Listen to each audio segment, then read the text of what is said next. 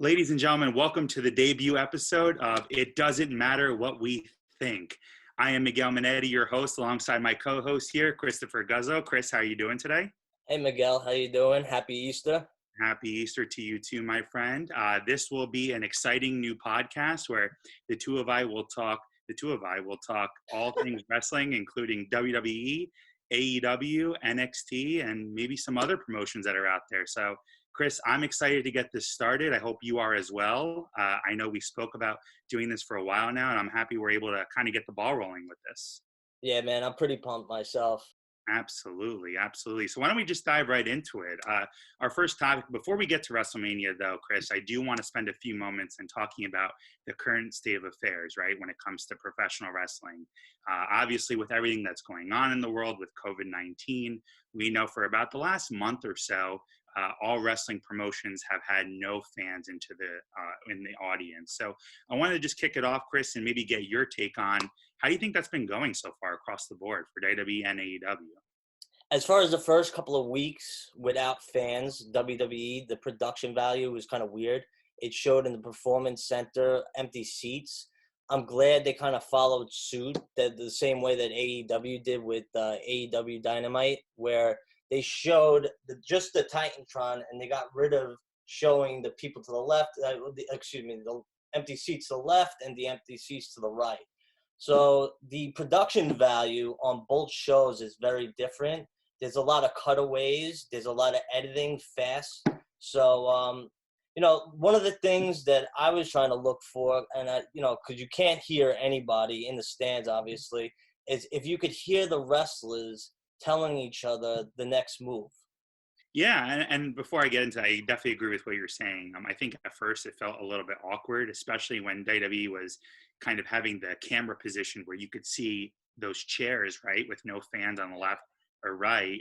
But then AEW from the get-go was doing it correctly, where they had positioned the camera to look dead on with the entrance ramp and the Titantron. So I do have to give AEW props for that, and I'm glad WWE kind of followed suit with making sure that they kind of reposition the camera so it doesn't look as weird with no fans in the audience. As far as listening in with the wrestlers to see, because obviously we know, right? We've both been watching wrestling for a long time, and Too long. Too long, right? And I know as fans, we know that wrestlers obviously a lot of times they kind of call it in the ring, so to speak, where maybe they'll call an audible during a match, or they'll kind of remind each other, hey, this is what the next move is going to be.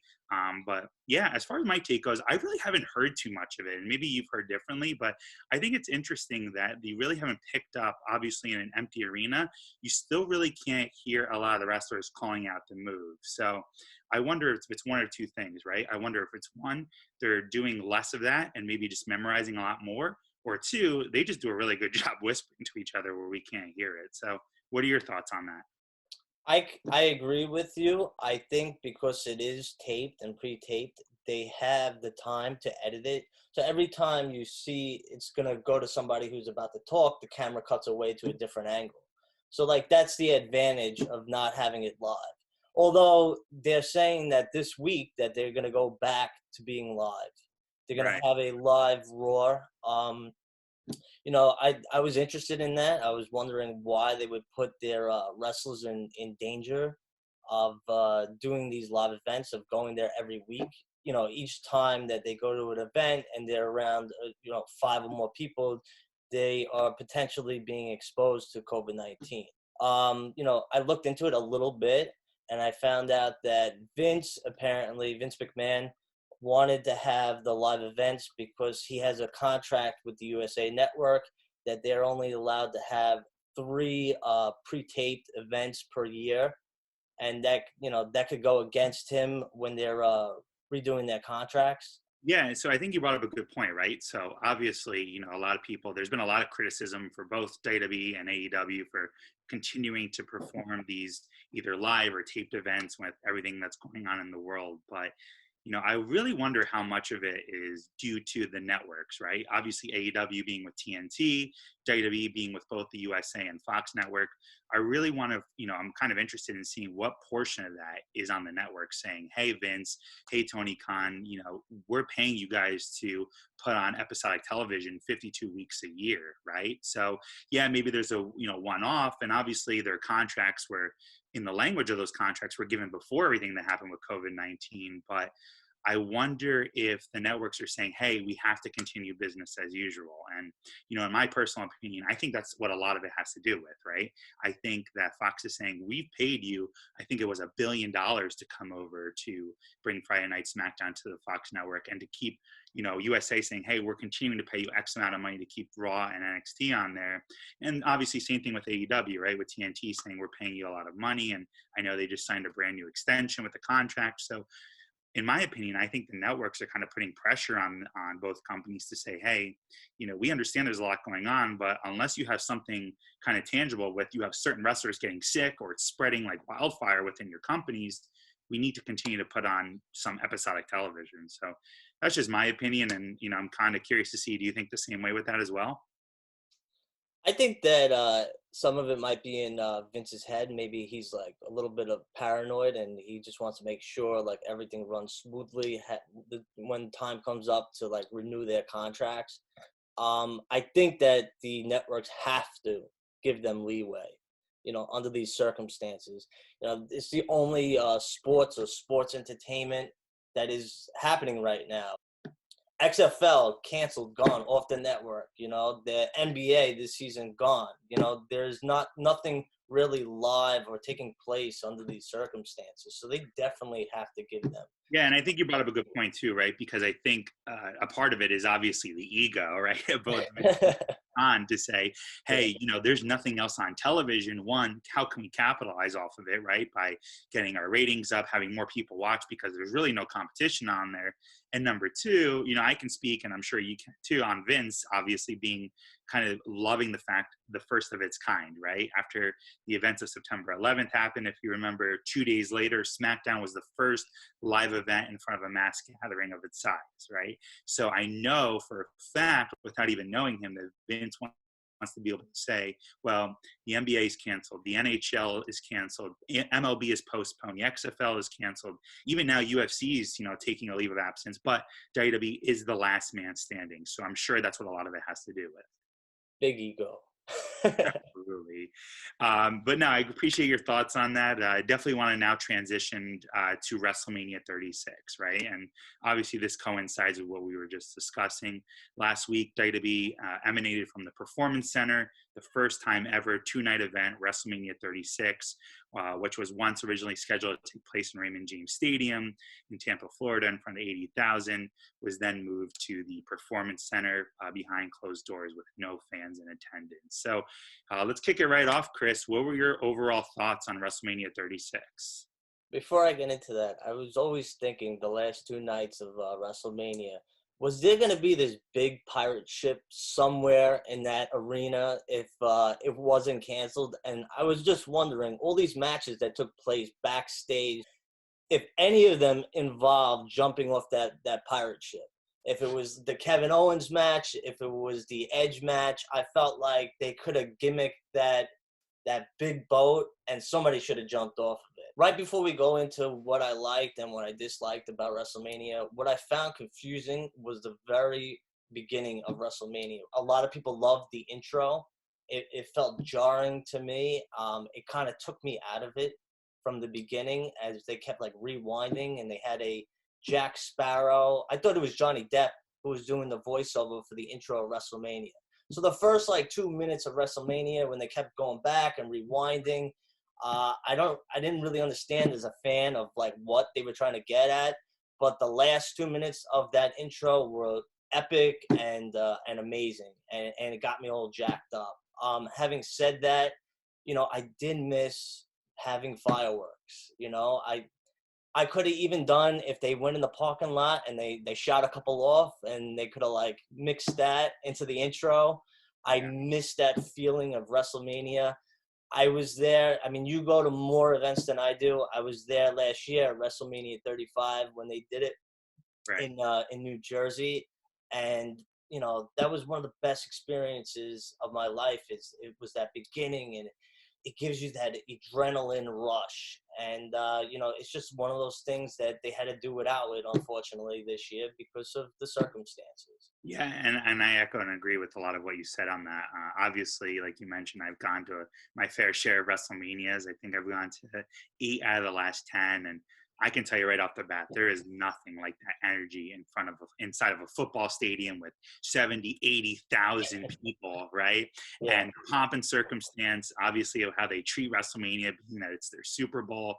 Right off, usually when the show kicks off and you have the massive pyro going off, you have that awesome video package, you have the crowd standing on their feet, chanting, right, and going crazy when the entrance and the promotional song that they use is going on. Obviously, that's everything that we love about wrestling and WrestleMania in specific, right? So that was obviously very different this year. I agree with you. I thought they could have definitely done something outside with either fireworks or maybe a few other special entrances. If to my memory, I think only Becky Lynch did something that was out of the norm, right? She showed up in the monster truck with, it said the man on it, which I thought was pretty cool. But I know that you didn't want to be repetitive, but I'm sure they could have done one or two more probably. Overall, though, I thought for the product that was given, right, and the circumstances that they had, I thought it was a solid WrestleMania.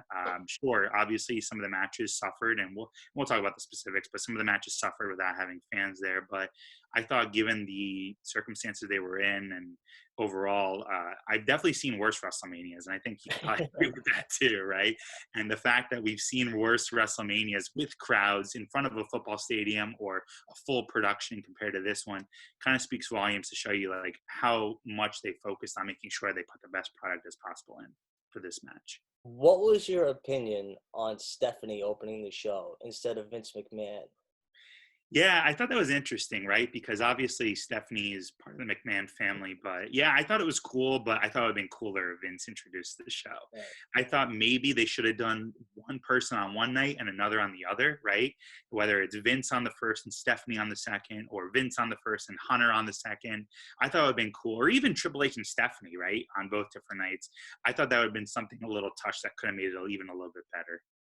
I do agree. I think that I was expecting on the second night a different intro. Yeah. I thought that they promoted this WrestleMania, and I'm not going to be too negative on this WrestleMania because it did a lot of great stuff and a lot of innovative stuff given the circumstances, and we're going to get into it specifically with each match. Yeah, I agree. Absolutely. I think for, overall, just my quick overall take again, given what was going on, I thought it was a solid, I gave it a B overall, based on everything that was going on. But Right. I definitely want to transition in about some specific matches. Obviously, two matches in particular that I think a lot of people on social media are talking about, both those in the wrestling community and those who don't watch wrestling, was the Boneyard and Firefly Funhouse match. So I wanted to get your take. Maybe we'll go one by one. We'll start with the Boneyard match. Chris, tell us your overall thoughts on that. Maybe we can dive right into the Boneyard specifically. I thought that the first night of WrestleMania was stronger than the second night of WrestleMania, and I think mainly was because that Boneyard match closed WrestleMania. That new song that the Undertaker came to on his bike by Metallica. I'll be honest with you. I work out to that song about I put it play 15 times until from the beginning of my workout to the end of my workout, and it gets me all jacked up. The cinematography was great. The Undertaker coming, the camera panning down, showing his feet, and then it raising up to show him get off the bike, that he means business. I loved how AJ Styles, he trolled everybody and came out in the hearse. It was a great way to reintroduce the American Badass Undertaker. There was great surprises. It was a perfect way. I mean, how old is the Undertaker now? He's about 55, 54, 55, around that age. And, in past WrestleManias, I'll be honest, I love The Undertaker to death, but I cringed watching The Undertaker in the last couple of years because I know, like, what he was able to do, how fast he was in the ring, even for a 6'10" big guy. and to watch him slow down, it's pretty sad for me, but like kind of ironic because this is a result of the situation that they were put in because of COVID. So this new format and this new thing that he could do behind the scenes, and it's just a great way to show the strengths of the Undertaker by cutting away and not show. They could show that he's faster, and they can't expose the Undertaker as bad. The question I have with this match is, I felt like the Undertaker did a heel turn. Now, that's just my opinion. At the very end, he kicked AJ Styles right in the tomb, into the grave. It's kind of like they portrayed the Undertaker as this scary monster. He got on his bike, he won, and he left. But that was the feeling that I got. I almost felt sympathetic for AJ Styles, especially when the Undertaker chokeslammed him off to the roof, and then he threw him into the grave after. So I'll make a comment on that. So Yeah. That's an interesting theory. I didn't take it that way at all, actually. Yeah. I took it as man is getting retribution for fighting AJ Styles, who had called out his wife, who had talked about his family for the last month or so. And Undertaker makes a triumphant comeback towards the end of the match, right? And at the very end, you see AJ Styles begging for mercy. He said, "Please don't bury me. Please don't bury me." And I thought it was beautifully done that the Undertaker kind of tricked us, the audience, and said, "You know what, kid?" Pats him on the face. "You did a great job. You held your own. I'm not going to whoop your ass," right? And then kind of pretends to turn away and then just boots him into the grave to say, "That's what you get for about talking about my family, right? And don't you ever speak about my wife or my kids or my career ever again." I don't see it that way, but I think it was kind of just a sign of things to come, showing I'm still the Undertaker. I'm now a hybrid version of the American Badass, and I'm going to leave here still on top because WrestleMania is still my domain. So I thought that was interesting for sure. I'll make a quick comment too, also about the Boneyard matches. I have a buddy who is in the production industry, right? And he had watched that match and some of WrestleMania itself too. And he said the production value of the lighting and the way that they shot with the videos were just top notch. So I thought it was cool for somebody to kind of recognize that, who knows a lot more than I do about production. And Chris, I know you're somewhat entangled with that as well too. So I thought it was really cool to be able to see the production value and how good it was. They said that it took about 7 hours to film that match. I was reading, some things online that the Boneyard match had different intentions, because it kind of like when they said, "What is a Boneyard match?" My only critique on the match was that it kind of seemed like a buried alive match. And had they just said that it was a buried alive match, I think I would have been okay with that too. It wasn't really a boneyard, I guess, technically, because you're in a cemetery. Right. It was an interesting take on the name, but I don't think that was the only critique I had, was that there was nothing that really showed a boneyard match concept per se. I'd like to ask you, before we move on with the other matches, could you see this match as like the future and the transition of like WWE? Do you see a lot more of these matches taking place in the coming months, if it was on Raw, SmackDown, SummerSlam? Do you think they're going to try to keep it special? Maybe they'll never do it again. Maybe it's special just to The Undertaker. I know that Bray Wyatt had his own cinematic match, and we'll get to that in a little bit, but I was just wondering what you think about as the impact of this match and the future of it for WWE. Yeah, it's funny. So I think somebody else had asked me that question too the other day, and I was talking to him about it. But definitely, while this is going on, I can definitely see them doing this again.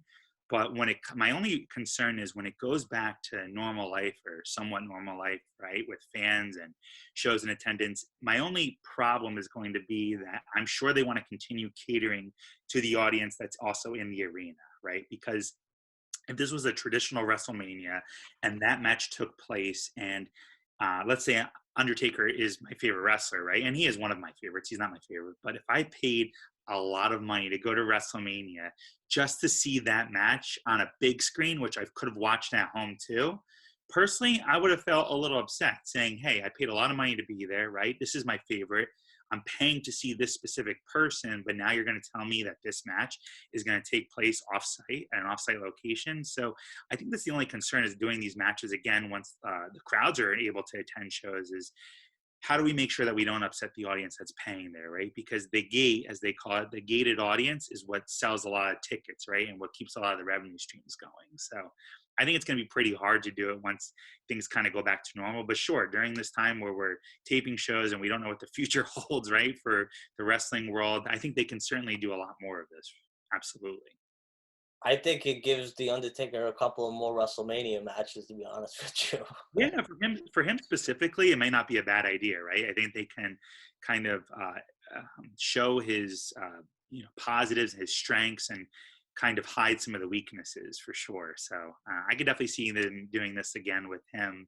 I do want to, though, of course, turn over to the other match that happened behind closed doors and outside of the ring, which was the Firefly Funhouse match. Oh, so boy. what were your thoughts on that one? I thought that the segment itself was wonderful, and I want to dive into the psyche of this whole entire segment. But as far as a WrestleMania match, they advertised a match between Bray Wyatt the Fiend versus John Cena, and they should have, card subject to change. I was expecting a match and I didn't get a match. So when I saw this, yeah, it was great, but it was like very disappointing for me because I just, I know that they did this given the circumstances, just like the Boneyard match. But like I said again, I was expecting them to have a legit wrestling match in the ring. So I want to ask you before you go dive into it really quick. So what makes it different, right, for you? Because you obviously just said that you love the Boneyard match. Why that match did you enjoy, but maybe now specifically not so much the Firefly Funhouse match? Is it because you want to see an actual fight between the two of them? Or is it because you think Bray Wyatt maybe deserves something more? Kind of tell me a little bit about your thoughts on that. I felt like there was no offense given by John Cena. My take is this, okay? Like if they were gonna go do that, which they did, which it was great, it was very innovative. They should have had that in two parts. That Right. should have been on the first night of WrestleMania, and they should have had it to be continued for the second night of WrestleMania. They could have had it the first night, and then the second night, they could have ended it with a match between each other, fighting each other. Or it could have worked perfectly as a build-up on Friday Night SmackDown into the match. What I was expecting and what I got was two different things. I thought that they were going to bring Cena into an actual Firefly Funhouse. I was thinking all these crazy ideas that he was going to walk in to this Firefly Funhouse and leave his bandana that says, or his headband that says "Never Give Up," and that was foreshadowing that something bad was going to happen. Or he was going to see mirrors, and then he was going to see himself as a child and then be attacked by Bray Wyatt from behind him. I loved what they did with him. I felt like instead of the chair, remember the chair spot when he tells Cena to hit him? I thought it would have been a great opportunity for Bray Wyatt to give him a golden shovel to show how he buried everybody in the past, and the last person he has to bury is the Fiend. I felt like that would have been a perfect opportunity for creative, but I love the NWO part of it where Bray was impersonating Eric Bischoff and Cena came out. I thought that was like the representation of Cena turning heel. I really am curious. I want to hear your thoughts on this. If the Hall of Fame did take place this year, if they would have had any involvement with Hogan, Nash, and Hall in that segment. Overall, like I said, very creative. I got the idea of what they were saying, that Cena is not who he says he's overrated, and he's buried a lot of wrestlers is what they insinuated. But like I said, I was just expecting a overall match. So I would love to hear your thoughts about this. Yeah, I mean, I definitely agree with some of what you said for sure, right? I thought it was a fantastic creative idea in the sense that it kind of took you uh, backstage of memory lane of John Cena, but it was kind of with a twist, right? More like a nightmare of the history of John Cena and, how he rose from the ruthless aggression era to falling on his face to getting back up.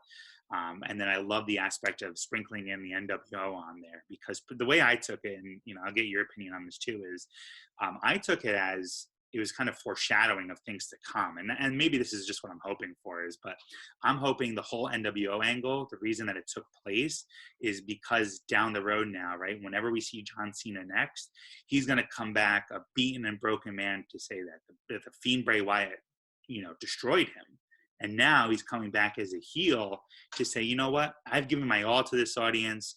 I've performed in front of you with the never give up attitude and never say never attitude for the last 15, 20 years. And this is the respect I get, that you guys are cheering someone like the Fiend Bray Wyatt, who John Cena had mentioned on SmackDown is one of the most overrated wrestlers in the WWE, right? And again, I don't think he personally feels this. I think it's just from a storyline standpoint, but you could use that creative to say, you guys think Bray Wyatt's great and he's not, but now I'm going to need to do whatever it is I need to do in order to beat him and wreak havoc on the WWE to show you that I'm still the top dog. So I thought that was cool.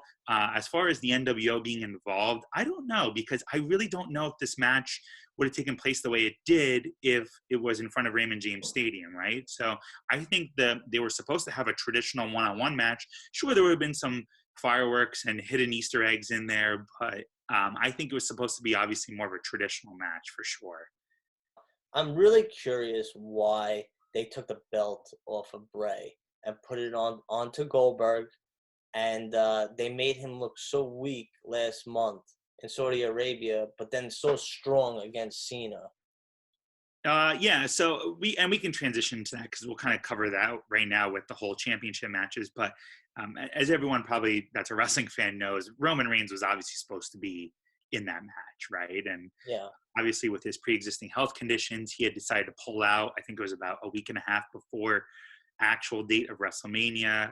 I know they shot WrestleMania, I think a week before that it aired, but at that point they were kind of scrambling to get it fixed. So I'm not saying I necessarily agree with it, but I understand and respect their original plan a lot more than what they did, which was to have Goldberg look strong against the Fiend in Saudi Arabia, destroy the Fiend, become Universal Champion, and then have Roman Reigns take out Goldberg to say, now I'm the top dog, right? Because they want to protect Bray Wyatt by saying, you know what? Maybe not Roman Reigns beat Bray Wyatt, but we can have Goldberg, the same man that beat Brock Lesnar in 86 seconds at SummerSlam or at Survivor Series a few years ago. So I think that's why they transitioned it, or they were supposed to transition it the way they did. Obviously, what we got is Roman Reigns pulling out.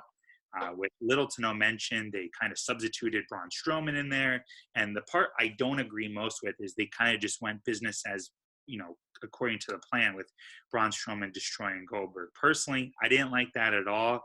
I'm not saying Braun Strowman shouldn't be Universal Champion, but with the lack of build, with the lack of everything that was taking place, and the fact that he was seen as a substitute, personally, what I would have done is I would have had Goldberg spear the hell out of him 7-8 times, jackhammer him 1, 2, 3, extend his contract out a little bit more, then go down to the showdown match between Roman Reigns and Goldberg, maybe at SummerSlam if things go back to normal.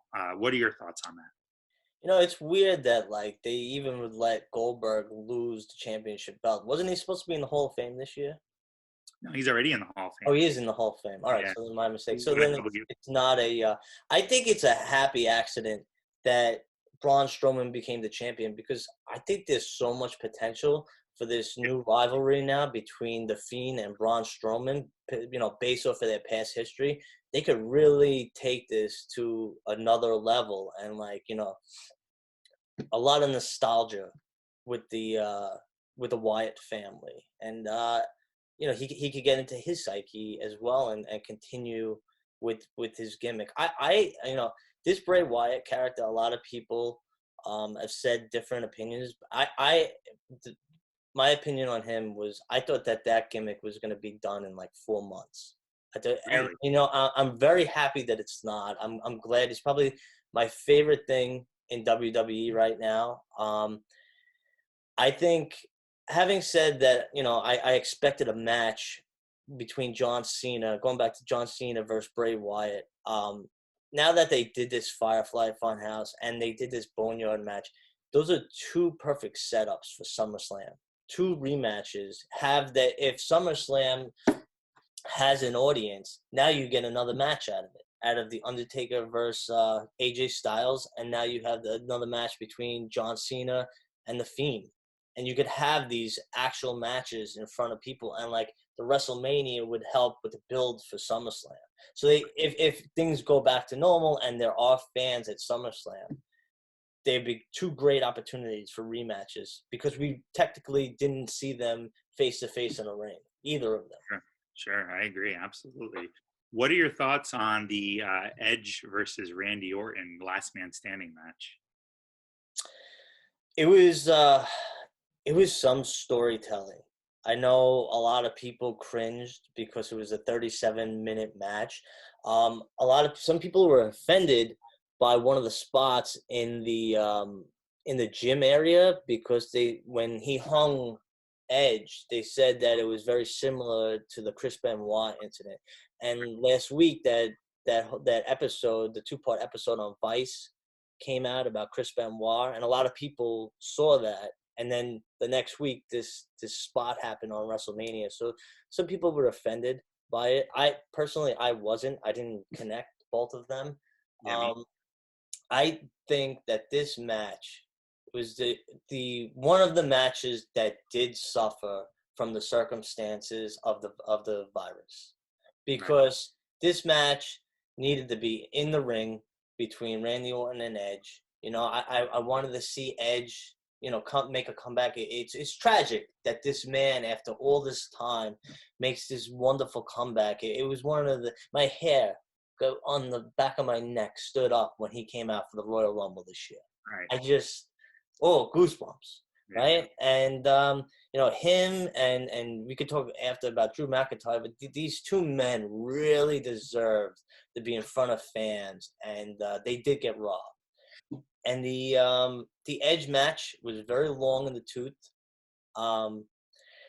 but the ending was very emotional. And like I said again, as far as production value, they could show the cutaways. It was funny. The referee, all of a sudden, he just got up there with them, but they could do that because it was taped, so they could edit it back and forth. But it was very emotional when he has the tears in his eyes and he smashes Randy Orton in the head. As far as the rivalry goes, I'm a little surprised they never brought Christian into it, but it was good that they brought Edge's wife. I saw the documentary they had on Edge. I don't know if it was 24/7 or on the network, and it was fantastic leading up to it. Just the overall match itself was disappointing because it was too long. And the last thing I'll say, and then I'll hear your opinion, is I think that Randy Orton chokes when it comes to WrestleMania. He's a great wrestler. Interesting. Great moves. He has great charisma. The build-up, he was the best villain to fight Edge this year. No hands, none. Bar none. But I feel the man puts on a disappointing WrestleMania match. He does not rise to the occasion. And a perfect example of this is when he fought Triple H 10 years ago, and it was disappointment. I feel like he just doesn't go over and beyond. He's A, but not A+. And Edge needed the A+.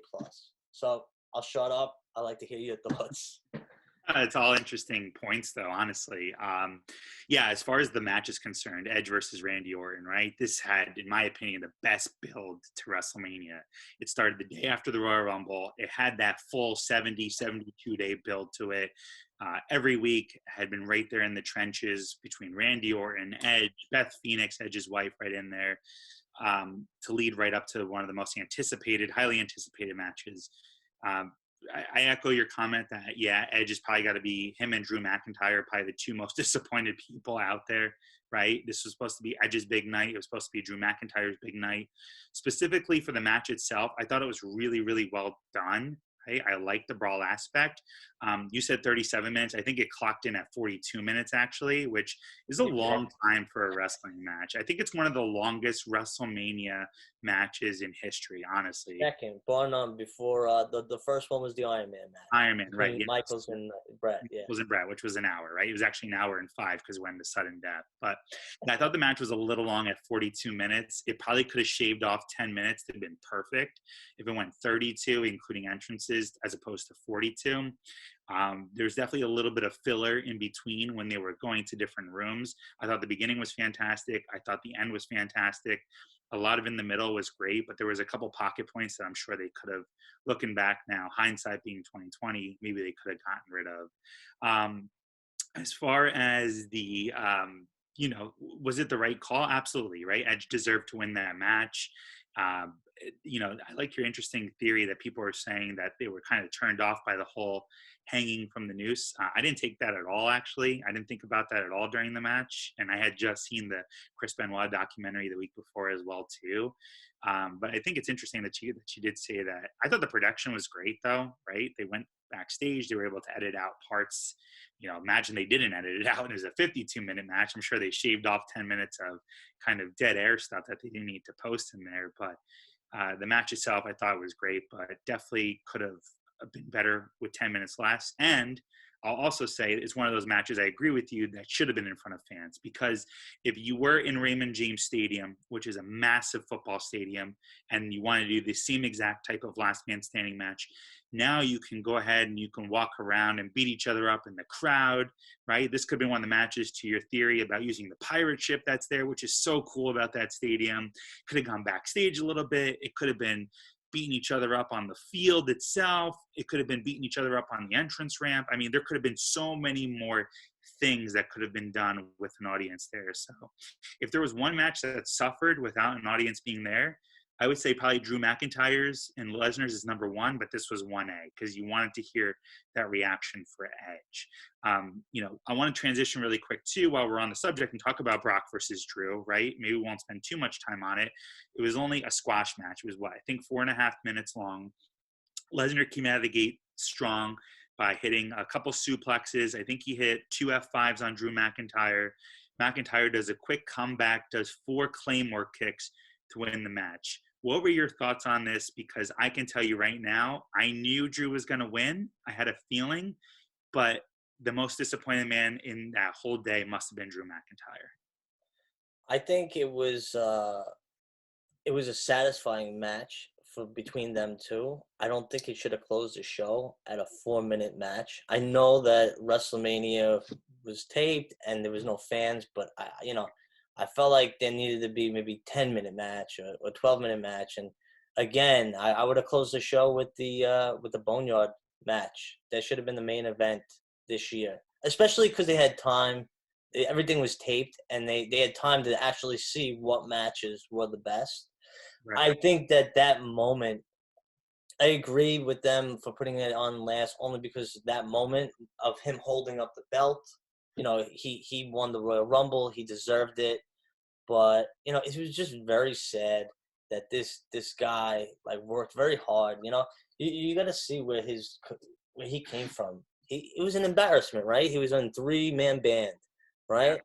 Yeah. They made a fool out of him, and he had the fake air guitar. Air guitar, right? He gets released, doesn't care about wrestling anymore, just to have a triumphant comeback, starts building himself up, building his body up, completely transforms his body, then wins the Royal Rumble, and it's supposed to win the title in front of 80,000 people. Right. And I'll go to the next night, too, just really quick, and then we could talk about why the Big Show. I'll tell you why the Big Show. The Big Show comes and he challenges him. You want to know why they use the Big Show? Because they got to promote the new Netflix show, The Big Show Show. That's why they use the Big Show as his next opponent.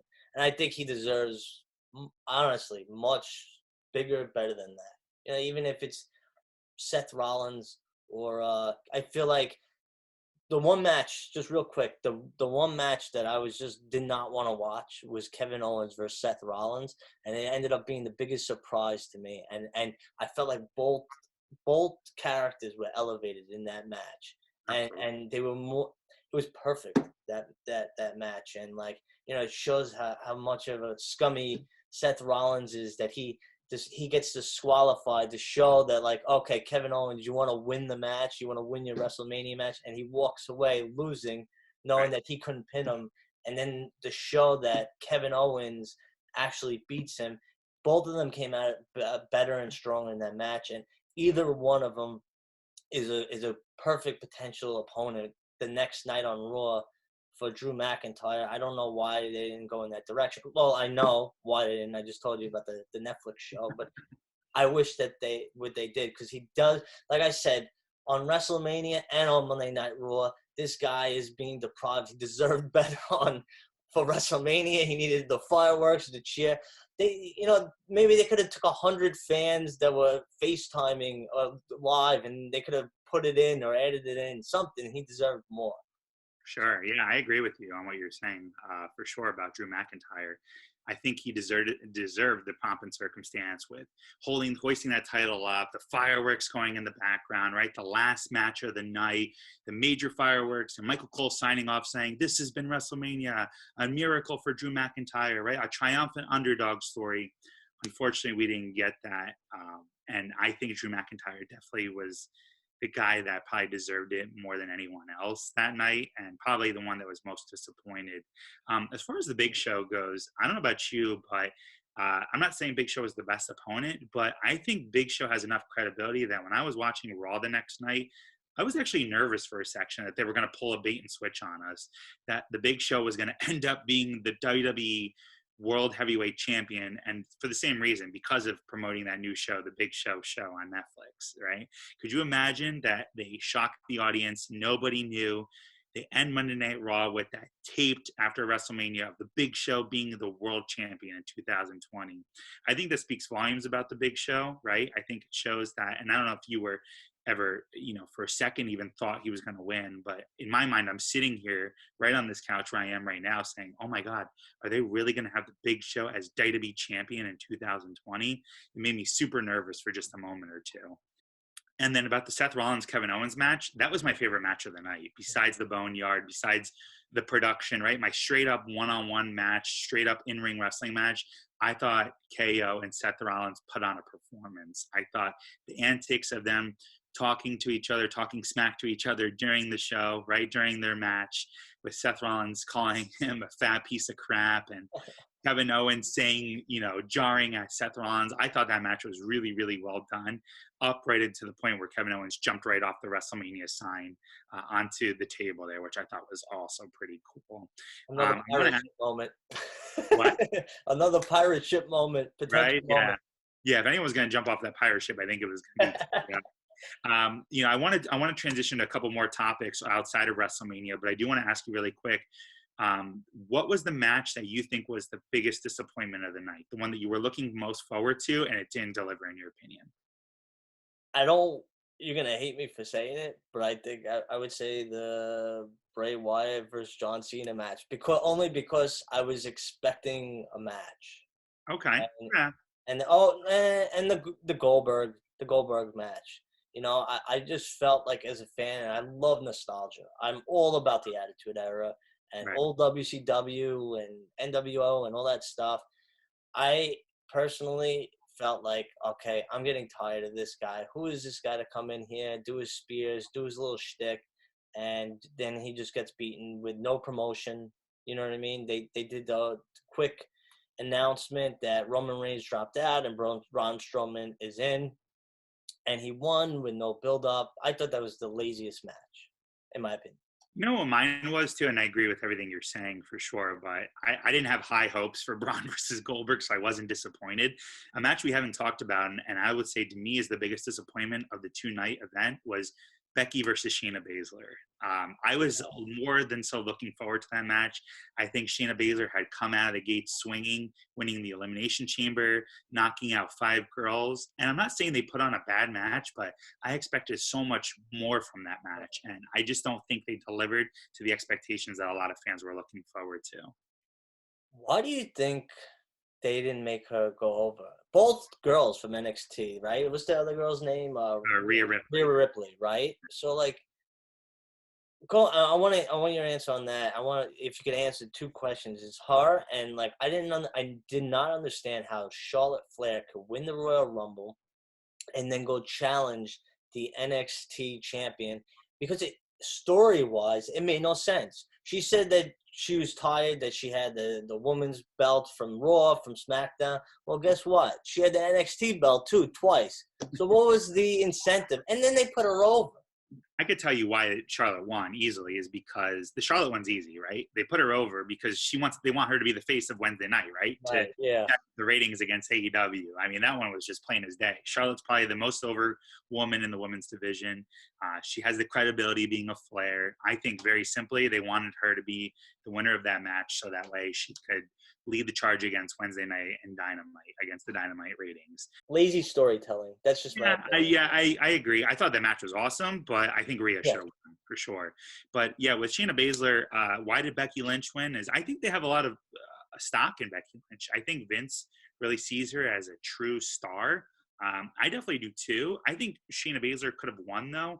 I think that was one of the matches that it wouldn't have hurt Becky or Shayna. It didn't matter who won. I just wanted it to be more than it was. And in my opinion, it was probably the biggest disappointment of the weekend. I think Shayna should have went over, and right now they cooled her jets. So there's really, in my opinion, there's no way to go from here. And I feel like they did the same thing a couple of years ago with with the colored hair. Oscar. Oscar, right? She was undefeated, and then she was squashed, and then they cooled her jets, and it took like a long time to build her back up. Same thing here. They could have did anything? They could have did a screwy finish. They could have showed that Shayna actually won, but the referee was knocked out. They didn't do anything to build for another match, and I didn't understand why they didn't build off to get 3 matches out of the program. And like this girl, she came in. I saw her, like she bites the neck and like it was scary. And she has she has a UFC background, right? Right. Yeah, she's a former Right. UFC competitor.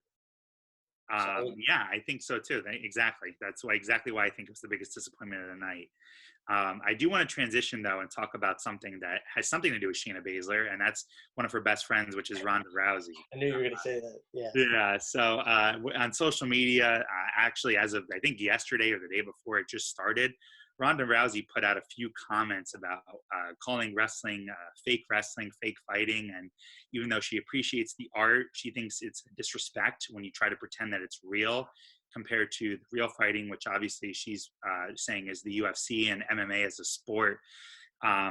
In which then you saw people like Nia Jax go on there and kind of took offense to it, saying, if Ronda ever comes back, I don't care if the company wants me to put her over or not, I'm going to give her a real fight and knock her out. Chris, your thoughts on that? Do you think this is a shoot or do you think it's a work? Work. Why so? Because it's like one of those opportunities that they have with the UFC people, like they have with Lesnar. There's always that shred of doubt, like maybe this is real. So like if they're saying that she's not going to put her over, and let's say she comes back, right? Yeah. And she does fight Nia Jax. Now, are you going to watch that match? Aren't you going to wonder, like, all right, maybe she's not going to let her put her, and it causes the what if, or like, it kind of the realism, making wrestling realistic.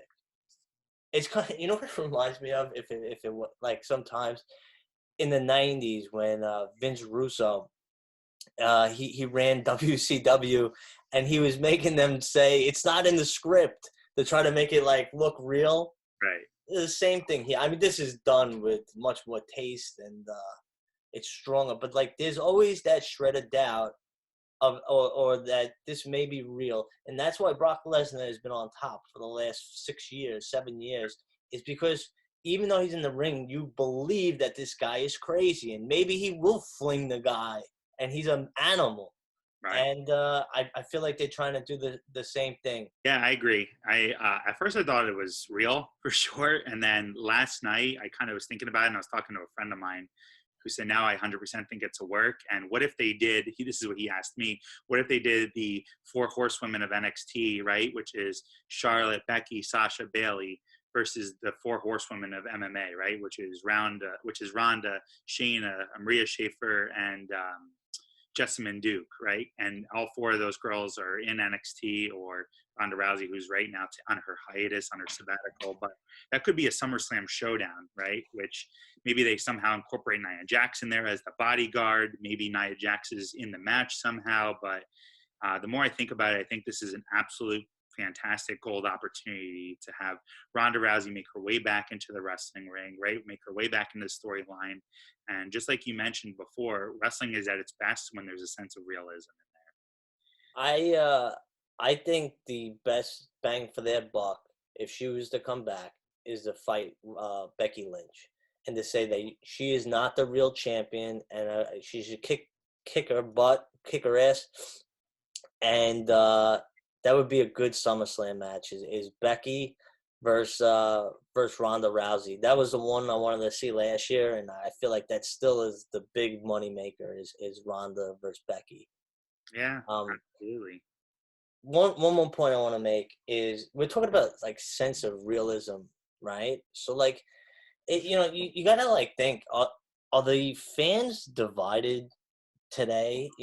There's certain preferences, right? So like you say, like we want this realism with like Brock Lesnar, and then we do something like the Boneyard match where everybody knows that it's obviously fixed.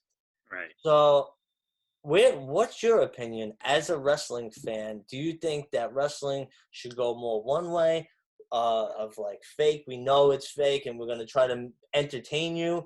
Do you like it better the other way with Brock Lesnar and that what if factor of maybe it being real? Do you like the mix of both? Does it work? It makes sense that WWE offers both.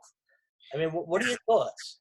Yeah, I think both works, right? I like a mix. I like a mix, right? Mixed audience. So where you have people like Brock Lesnar and matches like Brock Lesnar fighting Drew McIntyre, which we know Drew McIntyre is not a real competitor, but physically he looks like somebody that could take on Brock Lesnar, right? Whether he would beat Brock Lesnar in real life in a real fight or not, it's more credible than him taking on Rey Mysterio or Ricochet. Right. But I also love the other side of the spectrum, right? The complete hokiness and how campy and amazing it was to see The Undertaker and AJ Styles in a boneyard match, right? Where he kicks him in a grave.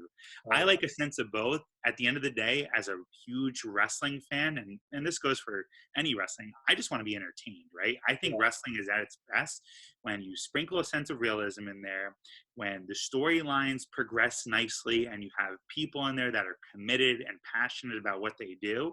And at the end of the day, the finished product, I sit back as the fan and say, wow, I was completely entertained by that. I could see, so like when I could never see Brock Lesnar fighting The Undertaker in a boneyard match, but I Right. could see Undertaker, which he has, rise to the occasion of realism and fight Brock Lesnar in a real match. So like at the end of the day, I feel like that wins over that. So like I think like what really sells, and this is just my opinion, is the sense of realism and that what if factor. And I'm big. I said I'm a big Attitude Era fan, and I loved all the shit that they used to do there. But the one difference that they had then and now, and maybe they'll bring it back, was there was like an importance on the belts, and like who had the belts. It was this big deal, and it was like this sense of importance and realism that you were fighting for something. So like sometimes I get the impression that guys are just fighting to entertain, where back then there was a purpose. Stone Cold, he fought for the belt. He had the rivalry between Vince McMahon and anybody who came across, but the main thing was his whole drive and purpose was, besides to make his Vince's life a living hell, was that belt was the most important thing. That it's always a better wrestling product when it's more focused and lasered in on a belt as opposed to just entertaining the audience for the sake of entertainment. Sure, absolutely. I think all great points. As we start to wind down here, right, just wanted to maybe fire off a couple quick last minute topics here before we sign off. Thoughts on the XFL folding and the 2020 season and now being told it may be folded for good. Let's start off with that, Chris. What are your thoughts on that? He spent $500 million on the XFL. He sold like so many shares. WWE stock went down.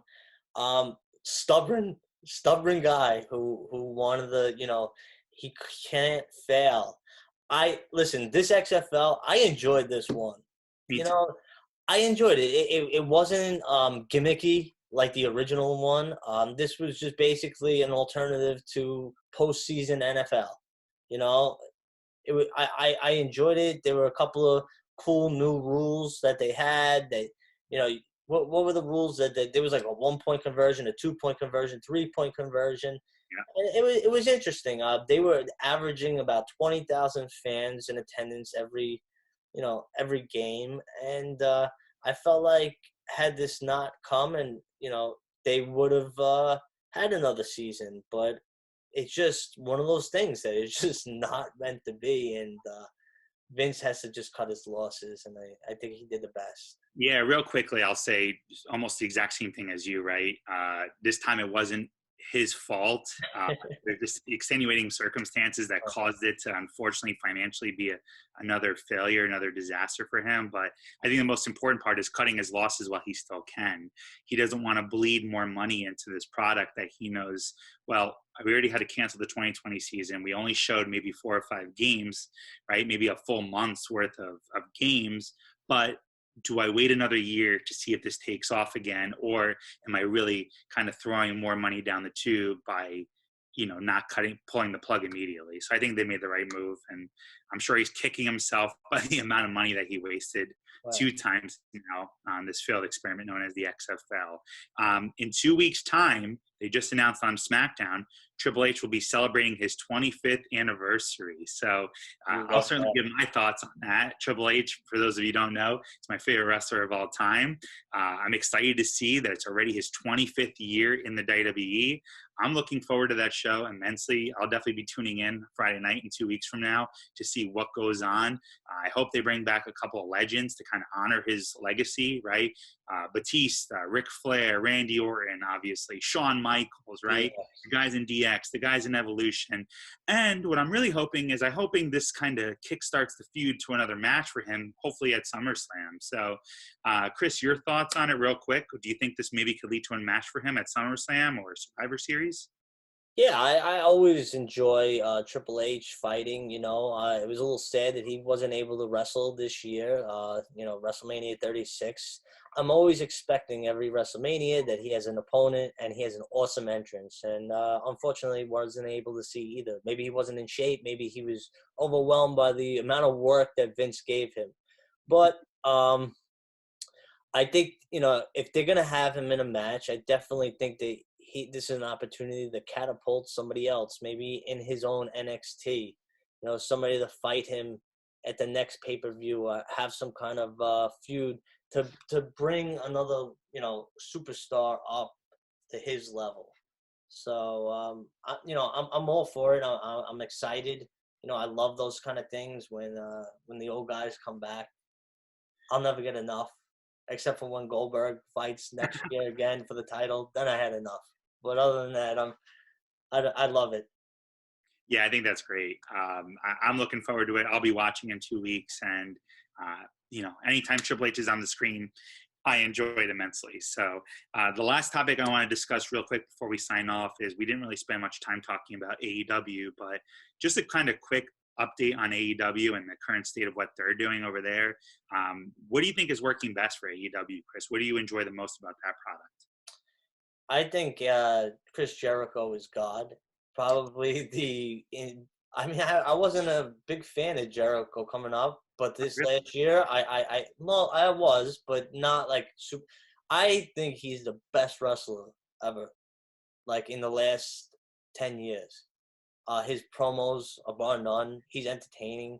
I want to, it's unfortunate. We were supposed to get tickets to go see them, and then this happened, and I was just so excited. I just wanted to sing his song, and I just wanted to, that inner circle is a great concept. I thought that they were coming out really strong out of that pay-per-view. I wish that they didn't make Jon Moxley win the belt. Rumor has it that the reason why they made Jericho drop the belt so fast was the original plans was that he was supposed to go touring this year with Fozzy for the summer. Mm. So he needed to drop the belt anyway. But all that stuff is canceled now. I was really compelled by all the different storylines. I think it's starting to go down a little bit now. I'm not that happy with the teleportation of Matt Hardy and the guy from the Wyatt family. Brody Lee, What's the gimmick? The what the order? vaulted one, the Dark Order. The Dark Order. From the get-go, I did not like that storyline, and I'm glad to see Jake the Snake back. He is awesome. He does not have to raise his voice one iota, and he could, whatever he says has punch. It does. But hopefully, when the fans come back, they get it back to the way it was coming off of that pay-per-view. The other guy too, MJ. What's his name? MJF. MJF, Future, awesome. Oh, Awesome. star, Love him. star written all over him. I was on the Jericho cruise, and I had a chance to interact with MJF, and that man lives the character. He's in character 24/7. Anytime we had seen him on the ship, he did not want to have anything to do with anybody that was on there besides the wrestlers. He played his part to a T. Pompous, arrogant. I mean, this kid just has star written all over him. Right. Which I think is really cool. And I'm excited to see what he brings to the table in AEW. So, Chris, with that being said, wanted to thank you for your time today. I hope for us to continue doing this. This is our first episode, everyone. And it was a lot of fun. We enjoyed talking about WrestleMania, the current state of WWE and AEW, and we hope to see you all soon. So thanks for everyone for tuning in. And again, my name is Miguel Minetti alongside Chris Guzzo, and hopefully we'll see you here right here next week. Looking forward to it, Miguel. I'm excited. Thank you. Thanks, guys.